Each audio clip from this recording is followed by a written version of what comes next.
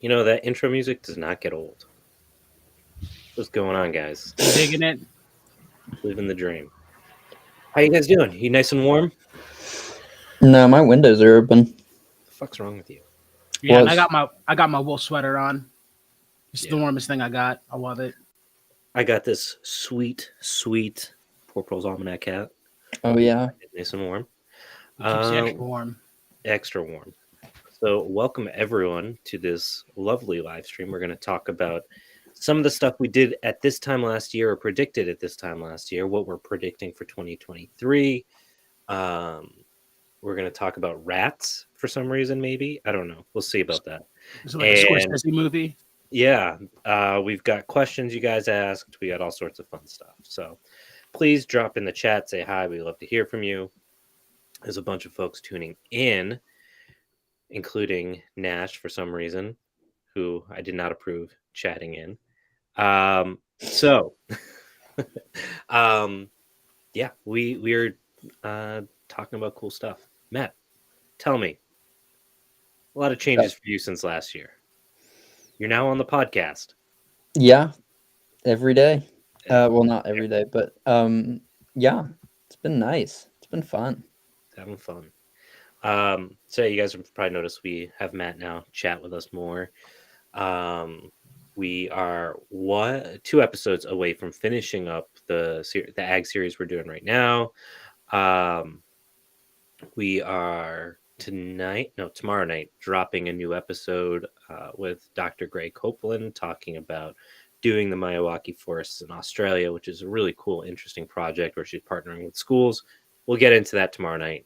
And then we've got one last interview about a book that just came out on pastoralism for next week. And then we're going into bees, which Elliot is just super, super excited about. He loves bees. I love honey. I told you that like 1,000 times. Yeah, he loves bees. Bees are all right. They're Gonna fine. keep them in his house. Gotta Can't wait have for them. people to hear these bee episodes. Gotta have the bees. Yeah, and we'll be talking about native versus non-native pollinators and all of that fun and exciting stuff because everyone's got really strong opinions on whether or not we should even have honeybees. And it's unsurprisingly, it's complicated, right, Elliot? A little bit. Yeah, there's a whole lot of yes and no's. Andy goes in real deep. We go over bee bread and royal jelly. It's impressive stuff. It's good stuff. Yeah, so we're gonna have a lot of fun with that. But today we just wanted to kind of shoot the shit, answer some questions you guys had, talk about our 2022 predictions, and yeah, just enjoy the fact that we survived 2022. So We made it. Elliot, do you remember do it what again. your prediction was for 2022? No, not at all. Oh, Jesus Christ. You had one job, Elliot. Did I make a prediction last year? I don't think I did. I think you did. Matt, what did you make a prediction about? I have no idea. Not Jesus Christ, guys. It's been a whole year, man. We've had that short-term memory dump. It happened at least 3 times. I've forgotten stuff that I need to know in my life just to survive 2022. So don't be mad at me. I'm just a little disappointed. I'm not mad. I'm disappointed. Oh God, that's worse. So I do remember some of my predictions. So I'm sorry. So I predicted one of the things I had predicted in alignment with Mr. Robert Evans is that we would have some city during the year have mass evacuations because of climate change, some kind of climate crisis. That did not happen. I don't think it's an if, it's just a when. So I'm going to tack that on for my 2023 predictions. But the other one I had was that things would get worse in terms of the right. And I think it's become a little bit more nuanced than I maybe had thought, where so obviously everyone knows about Andrew Tate and what's happened this past couple of days, right? Now, I think what the interesting thing about this whole situation isn't like that Andrew Tate like exists, but that I think that version of like right-wing influencers is going to continue to grow and exacerbate. Like, you know, you can see a very clear distinction between like an Andrew Tate and like a Charlie Kirk or a Ben Shapiro, right? Like Andrew Tate represents a little bit more of that populist side of things, whereas Ben Shapiro and Charlie Kirk try to present themselves as a traditional business person, right? Where they play the role, the acumen, all of those things of like upper class, white collar, blah blah blah. And Andrew Tate is like much more vulgar in the same way like Donald Trump is, right?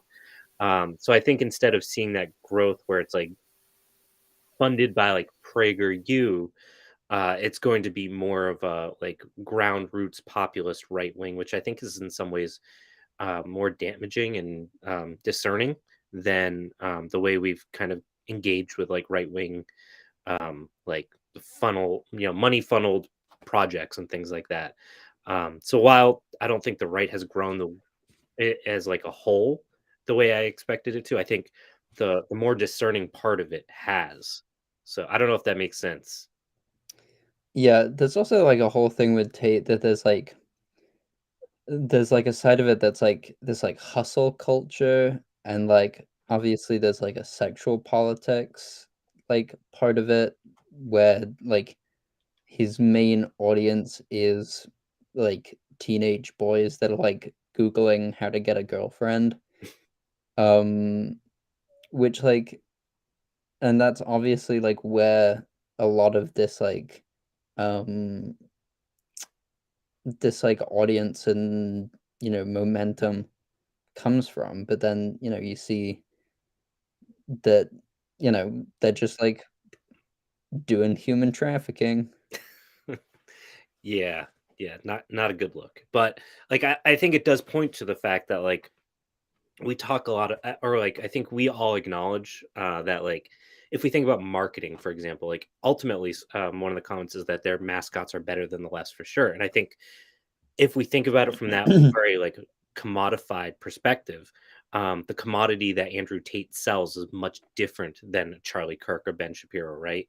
They're not just selling the white collar capitalism is best because of economics. They're selling white collar, or not even white collar, but like capitalism is the best because you can exploit it in this particular way. It's much more vulgar in that sense, right?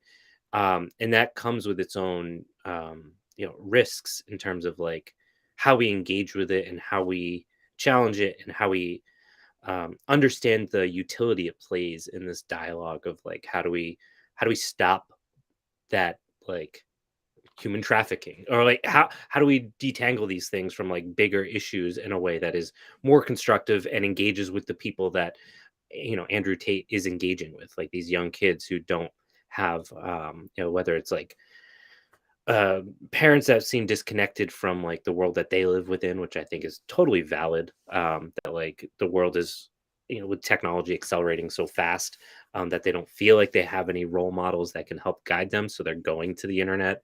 um, Isolationism because of COVID, all these different things that are kind of like playing into this tidal wave of what I think is you're going to see more of this right wing hustled populist identity, that is going to, I don't know if it'll supersede like that, Ben Shapiro type right wing, advocates or mascots or whatever.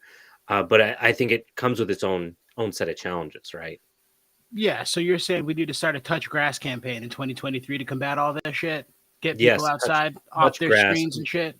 I Yeah, like that. make suburban white incels like go out and like chop down a tree. Like you want to be masculine, that's how you do it. Is like go work in your local native ecosystem and cut down invasive trees. Get those tries and maybe meet a girl. I don't know. Something to consider.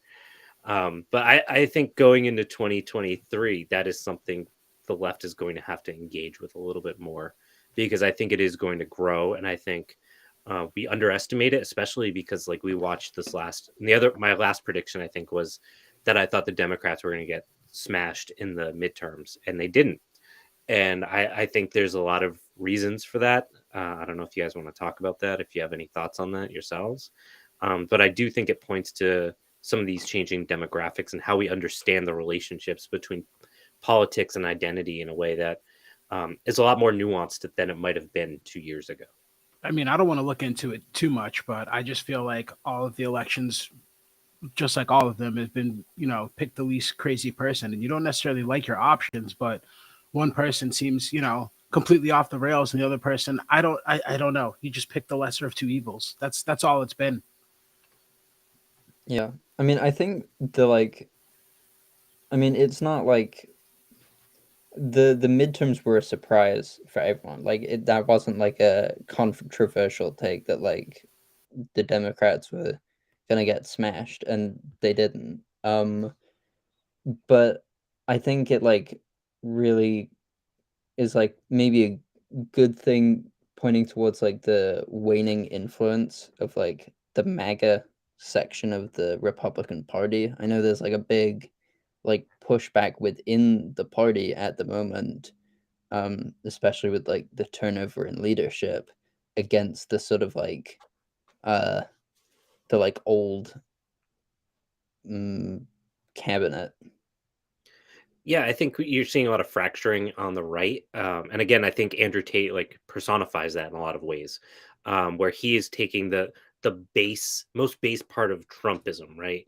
This very like chauvinistic, like hyper masculine, um, you know, hyper focused on like hustle, money, all these things, and like returning to this like very traditional sense, not so much in terms of like presentation, right? Not in terms of like dressing well and treating people with respect and doing business the traditional way, but more of those more base urges, in a way that doesn't really jive with like, you think about like a Hank Hill Republican, right?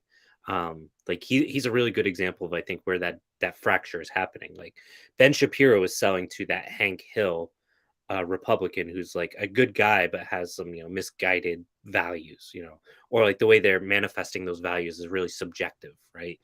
And then you've got Andrew Tate who's going after that much more like reactionary, um, Pepe type, right winger. And that fractioning was going to happen eventually. It was a matter of who is going to take that power, right?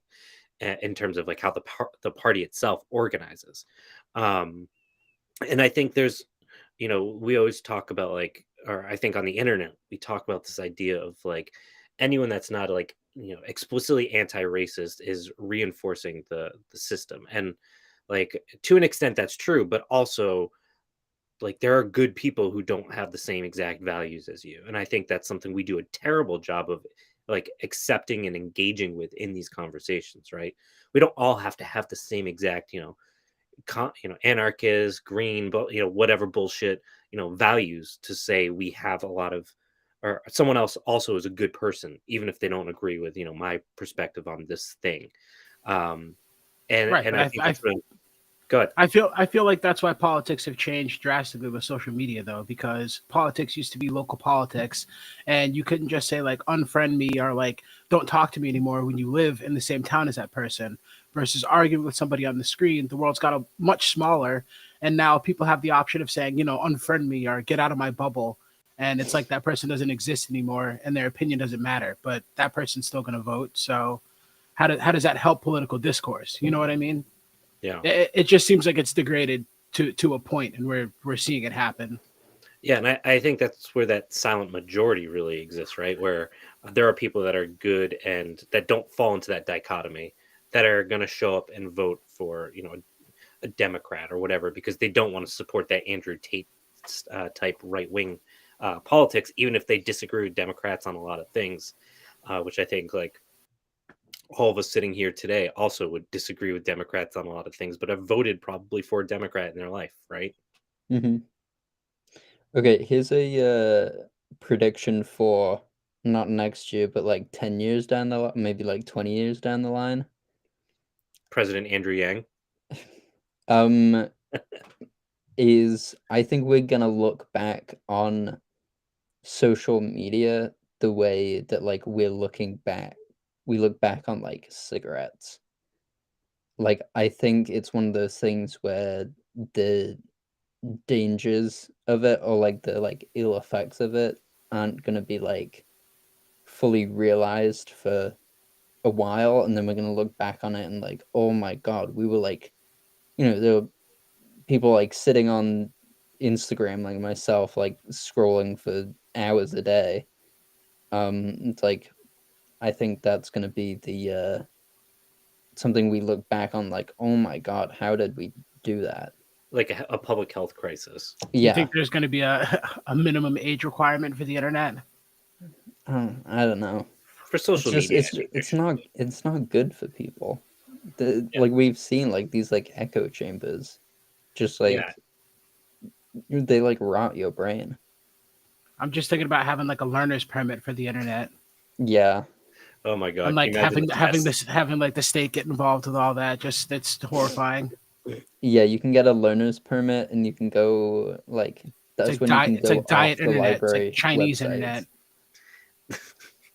and Yeah, everything's so catered. And then yeah, then you get the real internet when you're an adult or when your brain's able to handle the full power of the internet. Like, come on, yeah, yeah. There's good definitely good prediction, Matt. That's fun. yeah. I hope you're right. I absolutely hope you're right. I also think though, like with those types of things, like any test you've taken that's like on something that evolves so quickly as the internet, um, I do think that they tend to be kind of futile. But like I hope you're right.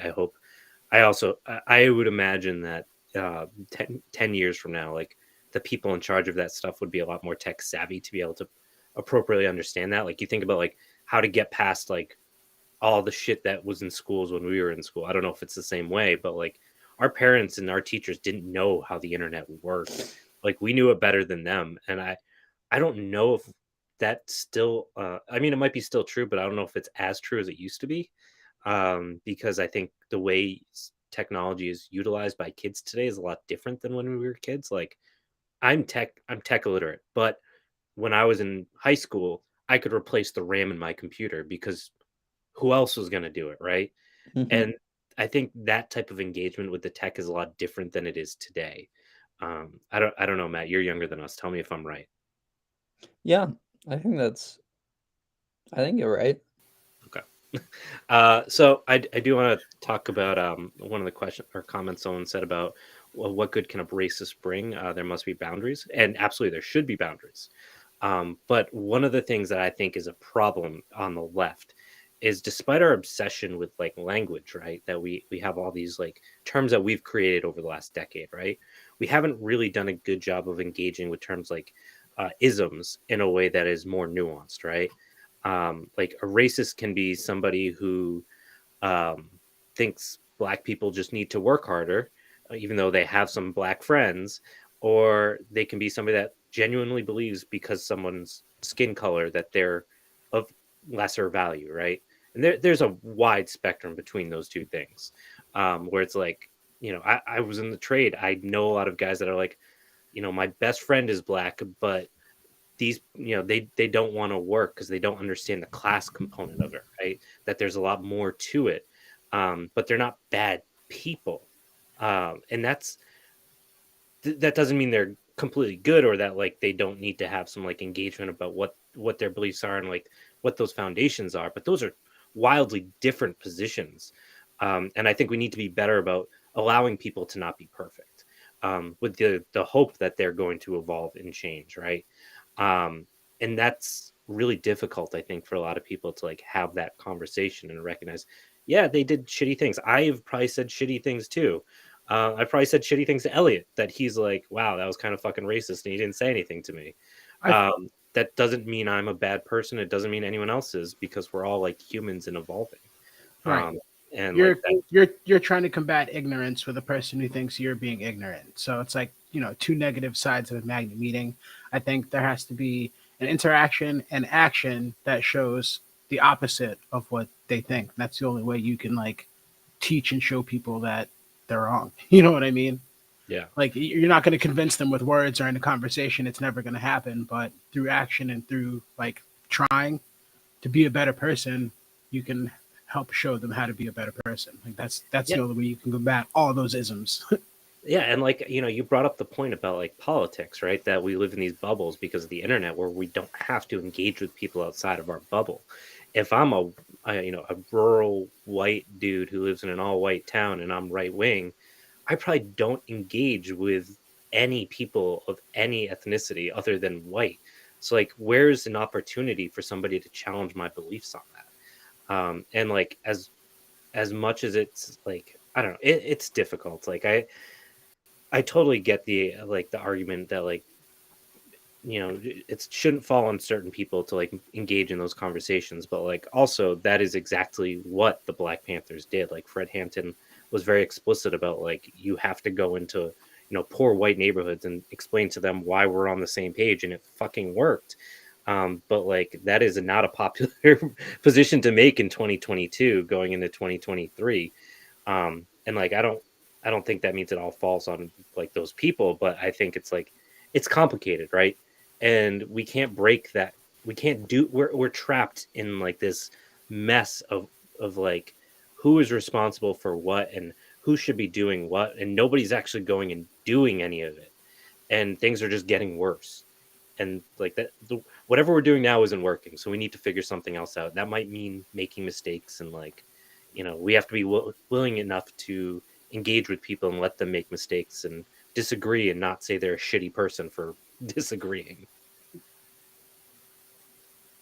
Yeah, I think like a huge component of like interacting from like different sides of the political spectrum is um on the like coming from the left, at least, there's like a huge tendency to like police language, and I think that's something that like people immediately um like jump away from.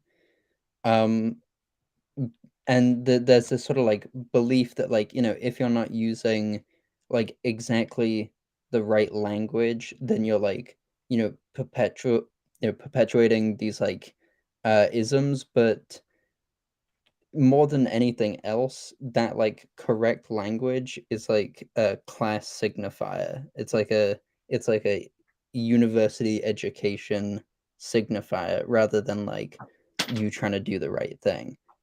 Yeah. So when people on the left go into you know not even like hardline right-wing spaces, but just like maybe like you know populist spaces, and start like saying like, oh, don't say it like that, say this instead. It's just that's not like the way to make connections. Yeah, I know most people do not like being told that they're saying something or that they sound like an idiot, right? Yeah, And yeah. I think in my predictions for 2023, I think we're going to see an increase in like the pushback against that culture. I think you've been seeing it build up. I think it's going to continue to accelerate, like the anti-cancel culture, like and to break that down, I think like when we talk about cancel culture or like accountability or whatever terminology you want to use, like a lot of that is framed in having community, and we don't have community. The internet is I guess a form of community, but it's not like a real like accountable community because you can exit that framework at any point, right? If you don't like the people that are on your social media or whatever, you can just leave it, as long as you're not like being chased, throughout, somebody is like hunting you down to like get you canceled wherever you go. Otherwise, like you can leave. Whereas the town you live in, you really, unless you move out of that town very physically and change your life, which is like a much bigger thing than to like leave a Facebook group or whatever the fuck it might be, right? A Discord. Um, and that comes with its own challenges, right? And that creates an opportunity where accountability means something totally different because you see that person as like a human that is nuanced, and like you have to look at them in the face if you're going to like try to call them out on shit or like cancel them or whatever the fuck it is, right? and live with them. Yeah, At and the then same live with time. them in Yeah. your community, in a different way that the internet doesn't offer. So like trying to replicate that without the framework of a real community is pointless. And like I think people are starting to see that a little bit more. So like that is my optimistic prediction for 2023 is that we're going to see a lot of pushback on that and a lot of changes around that. And I hope I don't expect it, but I hope that's also paired with more getting into communities with people that um, don't necessarily see eye to eye on every issue, because that's how you humanize people. That's how you change a perspective about like groomers or whatever. Like when someone spends time with a person that they have this very flat caricature of, um, they're going to realize that character at first doesn't match this person. This person is the exception to that rule. But ultimately, the goal is that they start to realize that no, that flat character doesn't exist, Yeah. right? And we do this on the left too, right? Like we were just talking about, like, what is a racist, and we have this very like flat understanding of what it means to be racist when it's much more complicated, and like it's interwebbed with like a bunch of like accessibility and all these other things that exist. And like the world is just complicated, and we don't engage with that complicatedness because it doesn't go viral, and it's not really like, I don't know, you can't get woke points for like making some meme about how complicated things are and why somebody might say something that's problematic. Yeah. That's a good little quote. Complicated doesn't go viral. Look at that. Maybe I'll make it try to go viral. Make some sweet complex memes. You won't do it. Yes and no. Yes and no. He's already got a brand started, dude. It's fucked up. Yeah, yes and You no. already have a brand started. Sorry for the Do we stretch. sell products? Yes and no. All right, so Elliot, what do we got coming for 2023? 2023 for me, okay. So I'm gonna say that we're gonna start seeing some of the red states start to fall with legalizing and decriminalizing marijuana, because they realize they're passing up on a whole lot of money, and there's a lot of talk, and people kind of want it to happen. And I think that's sort of where we saw some of the sway happen in some of the midterms, not all of the elections, but in a few states I know. So I think we'll start to see that come down the pipe, and I'm interested to see what that looks like. And locally, the industry for cannabis has basically, the market's oversaturated with poor or medium quality product, and there's like a hole for like really good weed to come out. But I think that's only going to happen in like boutique and mom and pop shops and like small places that grow smaller quantity or small batch bud that's like really, really high quality. And I can't wait for that to happen. So I'm hoping that starts to happen this year around my neck of the woods. Yeah. So you guys like smoking weed, you guys like growing weed because it's really fun, and I think everybody should do it. And yeah, it's a good barter system. You'd be surprised how much you can get with a pound of weed if you don't have any money. You just put the time in. Yeah. Yeah. I saw someone talking the other day about like a dispensary bubble, or like a legal weed bubble. Do you think that's gonna affect places like, because I feel like in Massachusetts there's like a dispensary every like half a block. Right. That's what I mean. The market's oversaturated, and they all grow and sell the same product basically. Like they all supply each other. Yeah, it's quantity And over quality. right. And there are, people have been growing bud at home, but now that you can do it legally without having to worry about, anybody kicking down your door or some shit, there's people that can grow really good bud because they've been doing it for, 30, 40 years without a commercial license or whatever. So there's some really good stuff, but it's all considered black market, basically. Yeah, I think what like you're gonna see is like the craft beer development. That's exactly what I mean by like boutique shops. Yeah, like you're gonna see this hyper localization, which I think could play out in some really interesting ways.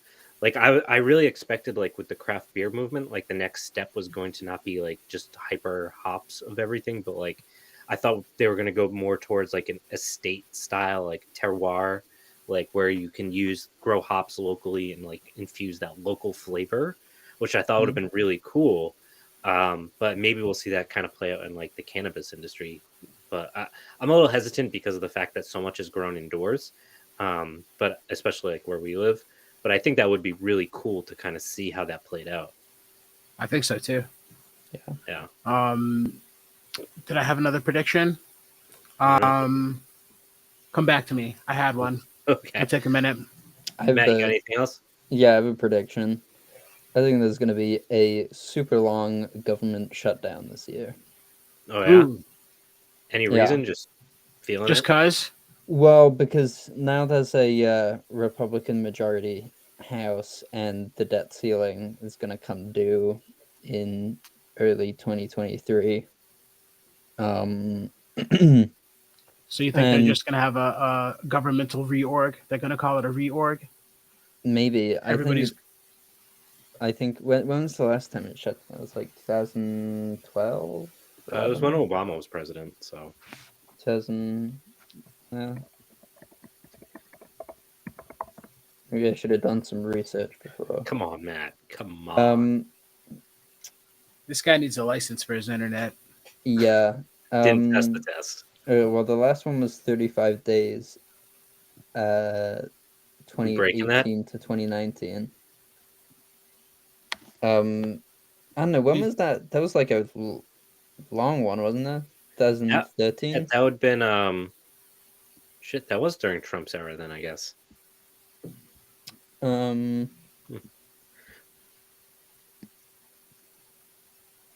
Yeah, 2013.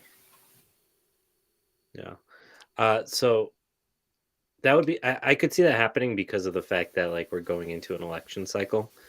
So it makes a lot of sense to like for the right to rally up their base about the debt ceiling and all that shit. So I could see that absolutely like playing out because of the politics involved. I do worry. I think 2023 we're going to start seeing. We will start seeing people that are planning on running for presidency crank up. Like obviously we've got DeSantis and Trump. I'm really interested to see what other kind of figures kind of play out and what those dynamics look like. Like I would not be surprised if we saw Andrew Yang come out as a Republican, like doing kind of the Democratic Socialist thing, where he files as a Republican, but also says like I'm not a Republican. I'm the third party candidate who's like latching himself onto the party that is not in power, and like being very vocal about that, and trying to present himself like a progressive Mitt Romney kind of figure. So you were joking earlier, but not really. Yeah, a little bit.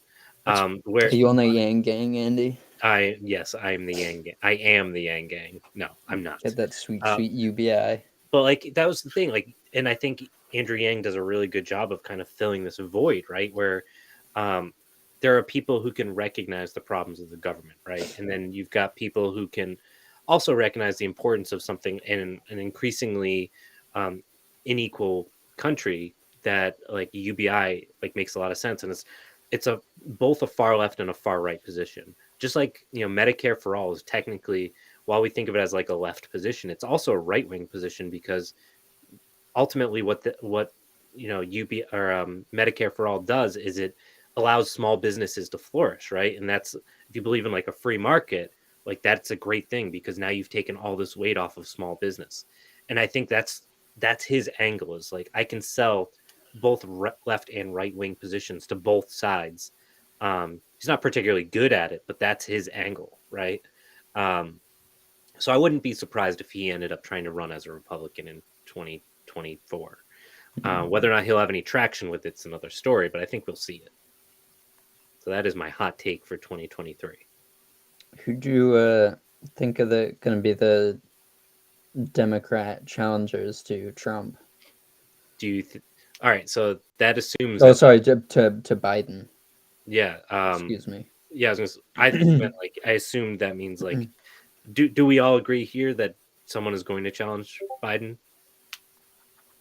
I mean, undoubtedly, someone is going to challenge. I mean, they're going to have a primary. No, I mean, technically yes, but they never. No one ever really runs in the primary. Obviously, this is a little different, so it's going to be. I am really torn on if someone is going to actually step up and run against him. Be really nice if Biden didn't run again. It would be, but like, how old is he now? 84. Ooh. I think. Like he'll be. No, he's 80. He's 8. Oh, he'll be 84 if he wins in. Why do I have 84 stuck in my head? Doesn't matter. So he's in his 80s is the point, right?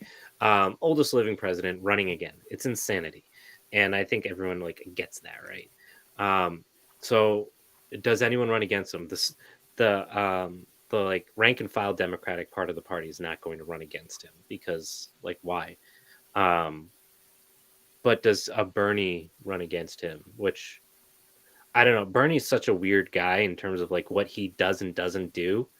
It's really hard to predict whether or not he'll actually show up and push against him. I don't think he will. But does somebody younger do it? I don't know. I don't see who would do it. That's the problem. Yeah. Do you have anyone in mind? No, but I don't really have anyone in mind for anything. I don't know people. I mean, honestly, the Democratic Party outside of like the Squad is like basically you can't tell them apart. So, and I don't see all any brand new leadership.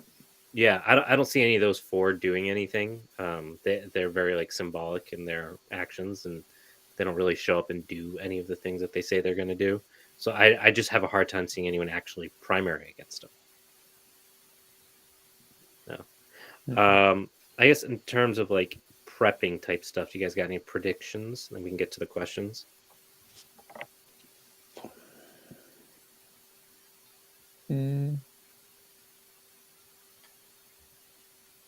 True. Predictions on prepping? Yeah, like you think there's going to be any like major storms, like something we've never seen before, food prices, any of that kind of stuff? Oh yeah, I think we're going to continue to see that supply chain stuff, and there's going to be some wonky stuff that happens with random stuff, eggs, all that normal everyday stuff. But I am going to start making my own beef jerky because I realized the prices of beef jerky is out of control. And my brother gets perfectly good venison, so I'm going to start making, venison jerky because I love it, and I'm just not paying, that much money for like 2 ounces of beef jerky when I could just make it myself. So Yeah. that's my prediction for prepping because I'm going to do it.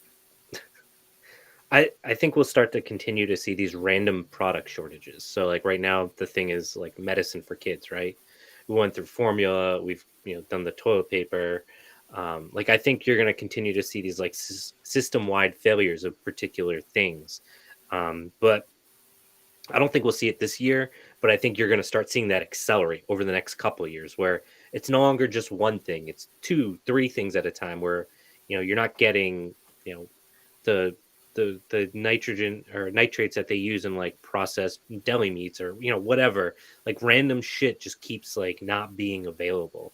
And I think that's something you're going to see play out more and more the next couple of years until people are much more aware of it, whereas right now it's just like this anomaly happened, like I can't believe there's not enough medicine for kids, and like they're not seeing it as part of a bigger picture, right? It's just like this thing happened, it's weird, right? And then they forget about it. Whereas I think it's going to start becoming more and more obvious to people that are paying attention, and even people that aren't paying attention in the next 2 or 3 years.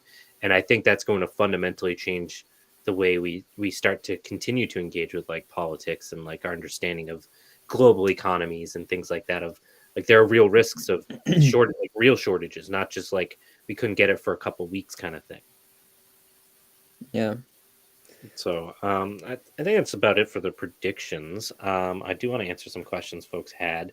One of the first ones, let me go back. I sent it to you guys. The first question we got was, should I add these up? Okay, so eco defense. What are our thoughts on like what realistic, pragmatic eco defense looks like? I'll answer that first, unless you guys want to take a stab. It's all you, bud.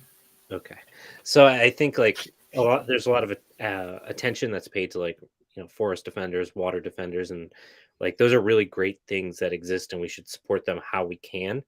But I do think that we do tend to get caught up in like the bigger, like sexier projects like that, like feed our like our love for like rebellion and like just like it's very aesthetically pleasing, right? To like see people like defend a literal forest against like police. It's hard not to like understand the emotional charge that comes with that, right? But I do think like in terms of the stuff we can do as like individuals, um, there's some really cool, very simple, very meaningful things we can do. Um, I the thing I fall back on with like the PPA sites is like this idea of like finding a section where there's like a the side of a road where there's the railroad guard or the rail guard up, and like it's just all weeds, and it's like a 3 foot by 50 foot section, right? Picking 5 feet of it and clearing it, and like putting down some native seeds, and like working with that little bit of site, especially if you can get your hands on stuff that's a little bit harder to find in your area, to help restore some native habitat, even 5 feet someplace nobody really owns it, no one is going to touch it, everyone is going to see it. I think that's incredibly radical, and it's something literally everyone watching right now can do in the spring. And you can spend a couple hours and you've done it. And you go back every week or two, and do just half-hour work cleaning it up, and that's it. And then expanding it if you want, and just let it, showing that project as a showcase of what things can look like. That could be, native wildflowers, native grasses, restoring old tree species that once glittered the landscape where you live. Any of those types of things I think are much more accessible, and I think much more realistic for ecological defense, where it's something that anyone can do, and we'll be sending out free seeds this spring to people that want them to do projects like that. Anything you guys want to add to that? I think what's been really cool to see with some of these like eco defense projects, especially recently, is that like a huge amount of the energy of the project as a whole has been going into just like making like driving up the costs of the development. Because like at the end of the day, like on certain projects, margins just aren't going to be that big. And so if you add to the whole complications of it, just like people are going to like resist the building of this, then at some point it just becomes like a budget calculation for these places. And it's like, Yeah. if we can't afford to deal with, a bulldozer getting knocked out or something, or like we can't afford to pay to replace the like tree cutting equipment because someone like spiked the trees. I think, I mean, like at the end of the day, a lot of these places are being developed not because the developers are like some like Lorax villain. It's because they're trying to get a like return on investment of development, and it's like we say, it's complicated, but I think a viable strategy for a lot of these places is simply just like screwing with the financials of the project. Yeah, and to that point, I think what is really interesting with a lot of these projects is seeing the supply chains building up for like supporting the people doing the work on the ground. I think those offer us some really good models of what supply chains can look like for other bigger things, as well as like finding common ground with people, especially like right wing like environmentalists, so like hunters and things like that, who value those public spaces, who value the things that a forest offers us, who value clean wetlands and things like that.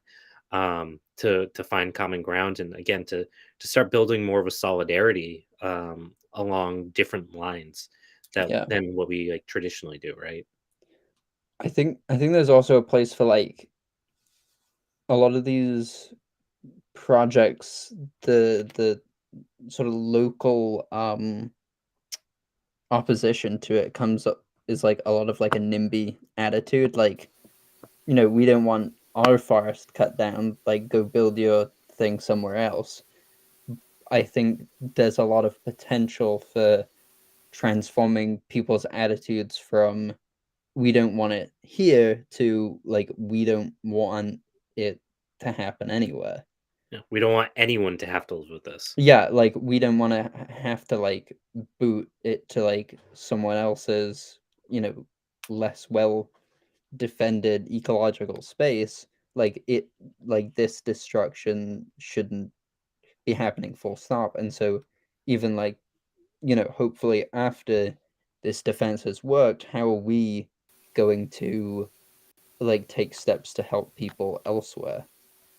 And I think that sort of building that infrastructure and understanding of commonality, right? Mhm. Which actually pairs into the second question we got, which is about how to work with conservative neighbors. And I think it's we've kind of been hinting at it all this 45 minutes about like Yeah, I think so too. choosing the language we choose, the way we articulate our concerns and issues, just engaging with people as real people. Yeah. I think is just like it seems like hyper simplistic, but I think that is really it. Like a lot of times people do stupid shit or say stupid shit because they don't know any better.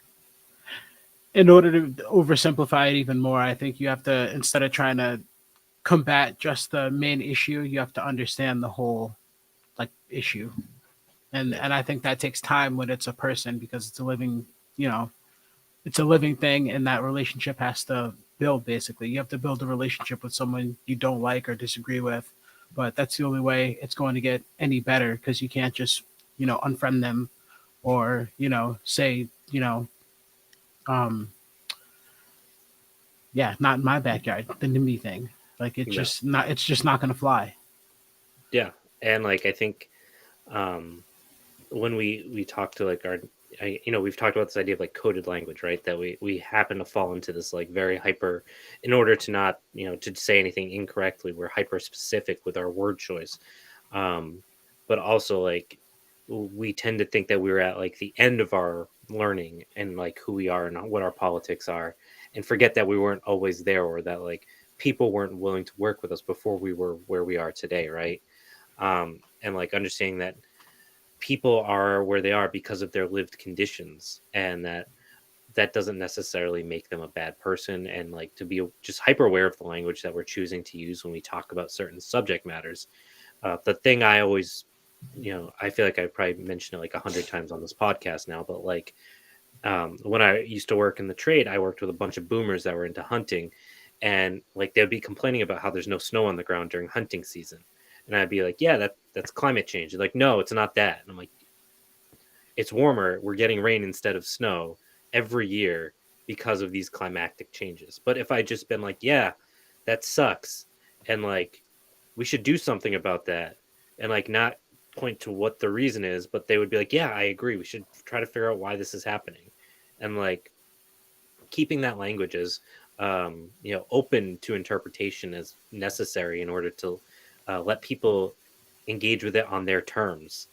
I think is a really effective way, and I think that's something that comes with age, and at least in my experience, because I wasn't that way when I was younger, and I definitely was more of a language police person, and I think like it just doesn't work, and you realize that, or you dig your heels in and go on the internet where people don't critique you, or don't you can talk about whatever you do on the internet and not actually do it and not be held accountable for it, right? But like if you do, you realize certain things don't work, even if on the internet it sounds good.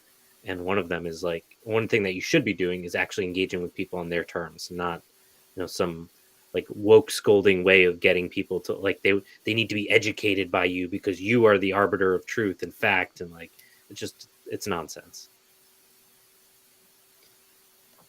All right, so another question we got was actually I'm gonna skip that one so we can, because we had a couple that were closer to the same subject matter. So someone asked about growing trees, things like fallen cold stratification at scale, like pine and spruce. I haven't spent a lot of time working with pine and spruce, growing them from seed, but I do have a lot of experience with cold stratification. Scale is difficult. It really depends on what your resources are. If you've got outdoor space, if you can get access to materials for like beds that you can raise up from the ground and then like put a mesh underneath so the roots don't continue to grow too deep to dig. It depends on your resources.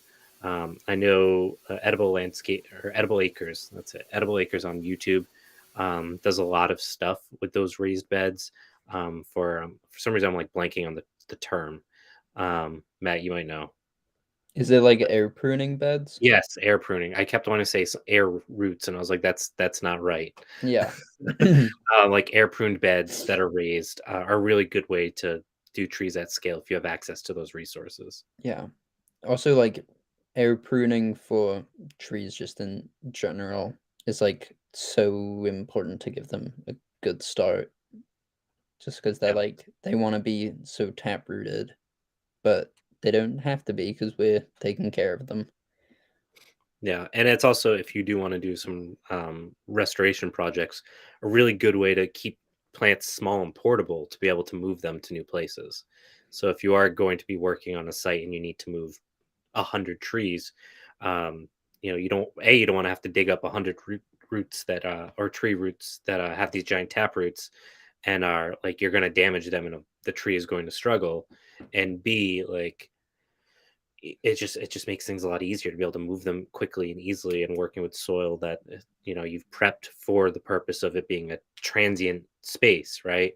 So versus like sticking a bunch of rootstocks in the ground and then trying to dig them out a year later and you're like, what the fuck?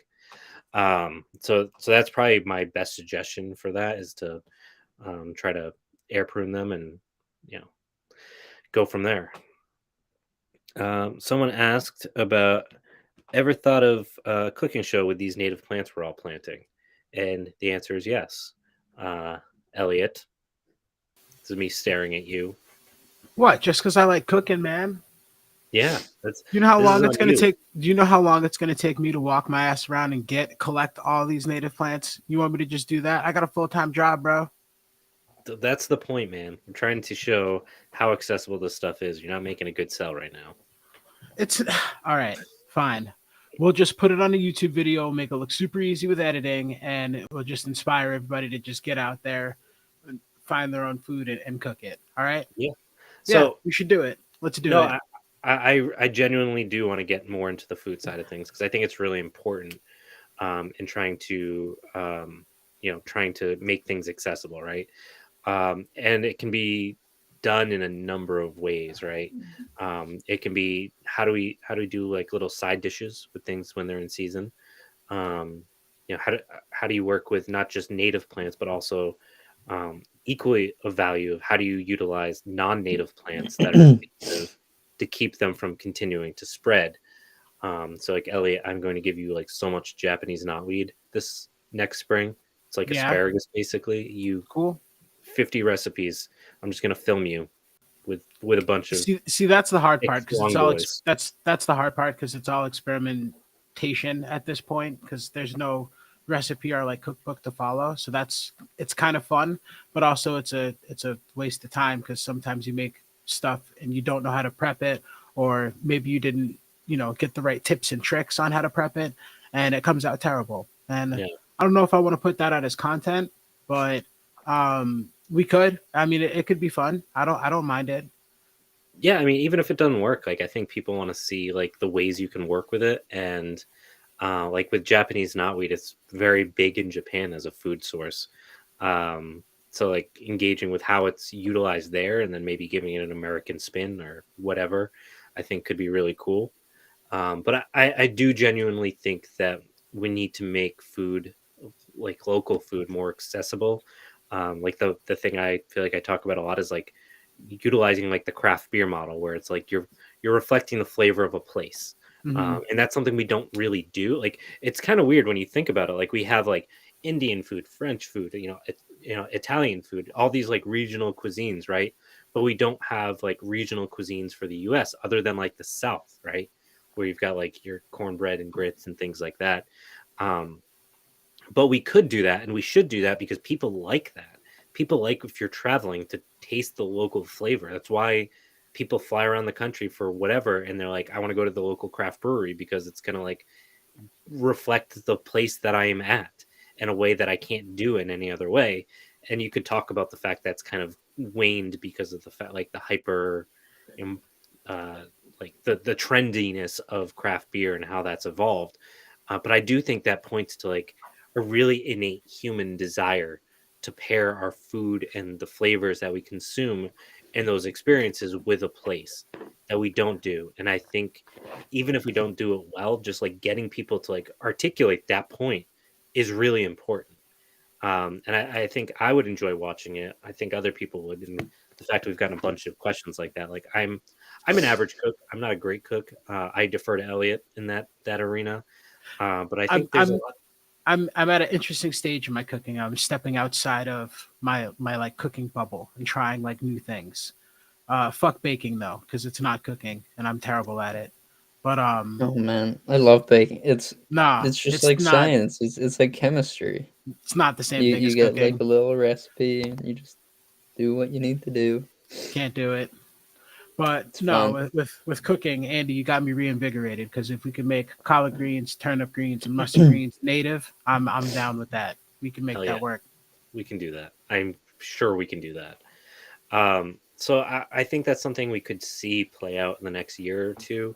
The real challenge, though, like if we're going to be blunt about it, is like obviously making this content takes time. And even if we did like a Twitch live stream and like set up cameras in Elliot's house, and I just like went and like switched from camera 1, 2, 3 to like get the right angles and all that kind of stuff. It could come out pretty good, but also like it's time and effort and energy and like even if we think it's cool, we are limited in the time we have as long as we have to continue to work other jobs. And that's where like Patreon is really helpful is we can, try to offset some of our expenses with Patreon funds so we can focus on creating the stuff that people want to see or listen to or whatever it might be. Um, Can we use the cameras that are already inside Elliot's house? no, he doesn't I know have about those. Oh, wait, okay. what?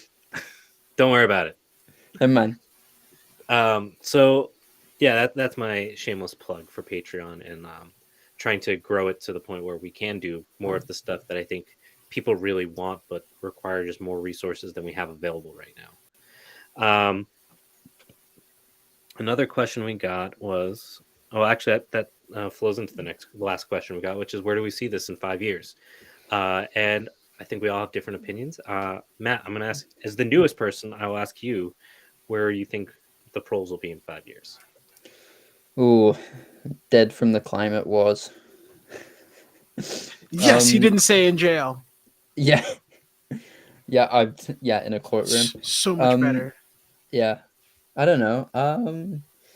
I'd like to see this, project sort of expand, maybe take on some more people.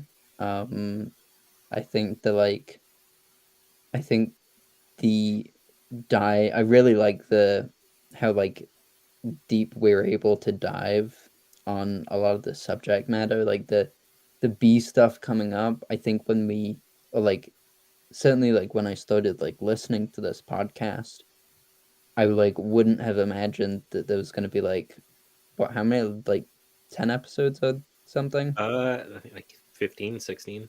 Yeah, episodes on just like bees. So I really like sort of value being able to do these like deep dives, and so I see a lot more of that in the Prole's future. um yeah, I don't really know beyond that. Elliot, what do you think? 5 years, I think our list is going to be overwhelmingly large. At We'll that have not point, shrunk at all. True, the no, it's list. only going to get bigger and bigger. Oh So god. it's gonna be daunting. That might be. I see a question in chat. It says print media. That might be our first book. It's just going to be the list of things that we haven't gotten to yet, and it'll inspire us. That'll grow the project. Everybody can pick a subject and look into it and help us build this content because there's so much that we want to talk about, and it's so hard to pick a direction. And Andy does a great job of sort of funneling us into a coherent conversation sometimes. And I think that's Sometimes. the most fun. I think in the next 5 years, if we can cover as much content as we have and get a little bit better at the craft, I think we can do some pretty cool things. And it's exciting. Yeah, it's fun. One of the things I don't think it ever occurred to me is that there wouldn't be enough time to cover all the things I want to cover. Like I feel like there's so many urgent things And it's like, well, no, we got to get this done first. Well, I want to do this before we do this. And it's just like tying up with a 500 item list that you just keep, on the back burner of stuff you want to cover. So I think there's a couple pieces to that. I think I would really like in 5 years to have the show releasing more content every week. So I'd like to have 2 episodes, maybe more a week. If we were at that point, we could afford to do that. I do want to do, like, we have the PPA sites. I would like to have that like running as like a full scale thing. Seeds and resources and things like that. I genuinely think it offers an opportunity for us to like engage with our community in a different way, where there's a commonality in terms of like understanding the importance of our local ecology with our community, whether that's in, dealing with invasives on the side of the road in your neighborhood or whatever it might be, right? Reducing fertilizer use in your backyard, all these different things that we can engage with people, and people don't have to be left leaning to understand the value in it, right? Ultimately, we're trying to build a community and underwrite that with our values. Now, and somebody had commented the print media. I think that is coming. I won't talk too much more about that, but that is coming. So like I think that's something you'll see expanded in for sure in the next 5 years. We've been partnering with other folks to try to get their projects on board. So like we've obviously been doing a lot of co-posting with like Death and Friends and Cocktails and Capitalism and other podcasts, and trying to build out the Proles network concept of what we've been calling basically like inverted capitalism, where we can leverage the tools of capital to our benefit. So like viralness and things like that as a social media utility that we can then um, create a perpetual marketing tool that we don't pay for, because capital wants that material to continue to expand and circle the internet. And how do we do that? What does that look like? Can we build an alternative to the traditional radio network, capital investor iHeartRadio model? So there's a bunch of different things that we're dipping our toes into and trying to figure out. Doesn't mean any of them or all of them are going to work, but we are going to try them and live by the things that we tell people to do, which is put yourself out there and don't be afraid to fail. And that's what we're trying to do. When we started this, I think the first episode we did together, Elliot and I made the point that like we're not experts and we're learning as we go, and that we're open to feedback. Yeah, man, that's where I do my best learning, is after I mess up or make a mistake. Yeah, it's where I grow as a person. It's where we grow as people. So yeah, and how you engage with that mistake. And I saw some really great comments about some people's experiences trying to work with people and engage with them in different ways, and how that can be really successful. So I think what we're doing is predicated in people's lived experiences and values. And we're not perfect, but we're trying to do some good stuff. And I think the Proles will still be here in 5 years, and hopefully we are the Proles network, and we are doing cool shit across platforms, across media. Elliot's Chef Elliot, and we're all watching him on YouTube Live or some shit, making yeah. I'll listen. Need of a list of ingredients is what I need, because I don't know what's edible. You don't want to see me go out there and try to figure out what's edible. It's going to be, actually, that could be a show too. That seems like a terrible liability. Yeah. Episode 2, Elliot dies. I mean, there's only 2. Like you don't have to Russian tell them. roulette. You don't have to tell them that. You just tell them there's only 2 episodes. Yeah. It's the first episode, the pilot, and then the finale. Yes, at the funeral. So yeah, I think that was just about it for questions. Let me see if anyone's added any since we started this. Also, if you are watching this and you're on Instagram, go check out Rot Collective. That's ROT, Rot Collective. They're doing some really cool stuff for the New Jersey area, similar to PPA sites. So I would definitely check that out. Since we started going, somebody did ask one more question. How to start overcoming adversity if you've never had any practice at it. So if you've grown up like with relative privilege. That's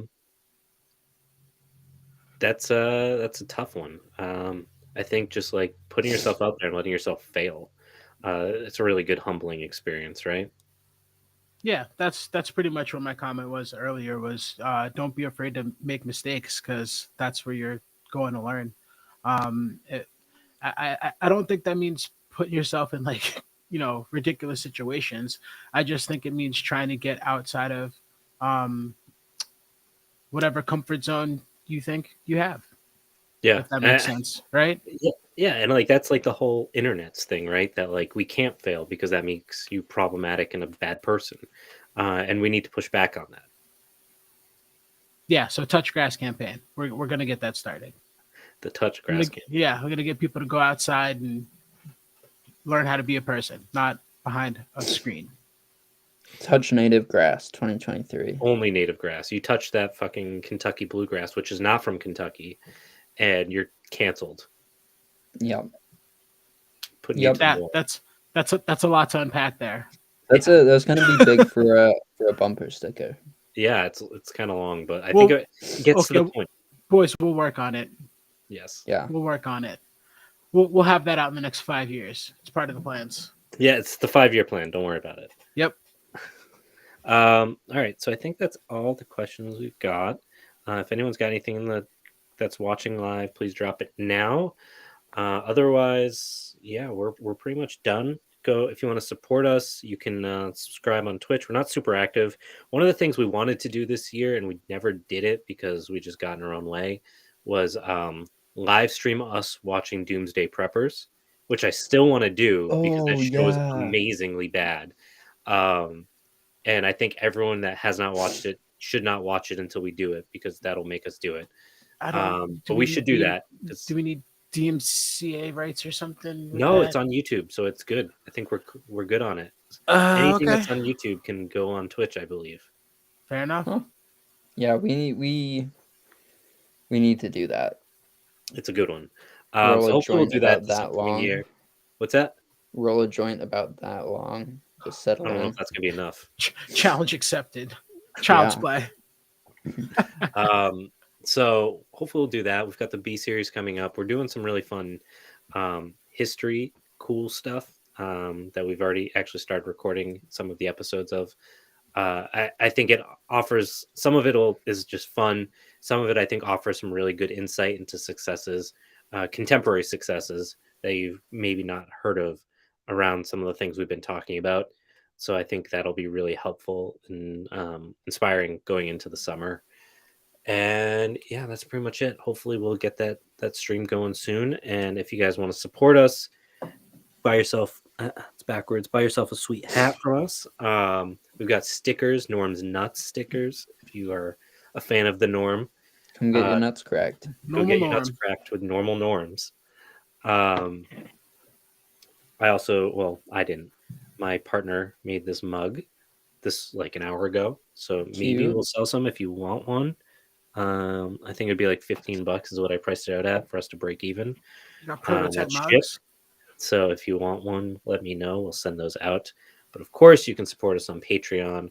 Subscribe at poorproles.com for our newsletter, which will provide a lot of the stuff that like as we do these new projects, we'll announce them through there because like we can post on Instagram and social media, but like only like 10-15% of our audience sees the content we post. So like it's not really a great way of getting stuff in front of you. Mhm. So that's where that email And also all the money that is donated on Patreon and everything actually does go to all this stuff, like this awesome microphone setup, the webcam I'm using. Everything has helped us get more content and be able to get more stuff out there. So we do appreciate every bit of it that helps so that we can continue to grow and get more out there because we're just having so much fun doing this. I'm having a blast. Matt's like, hey, you guys look like you're having fun. We're like, yeah, come on, buddy. He came on. We're just having so much fun. And it's like, oh no, it's terrible here. And I'm just surprised. Andy's hair is not as gray as mine, so I don't know what's going on there. Not because yet. I've gotten way more gray hairs this past year, just from the podcast. Yeah, one for each episode. Yeah, it's coming in. So I think that's it. Unless anyone else has anything, we good, boys? I'm good. Thanks for all the listeners. Thanks for joining us today. Happy New Year, everybody. Be safe, and enjoy 2023 as best you can. Yeah, All don't right. be too hungover tomorrow. I'll no promises. Okay, I only make promises I can keep. Okay. Bye, guys. Peace.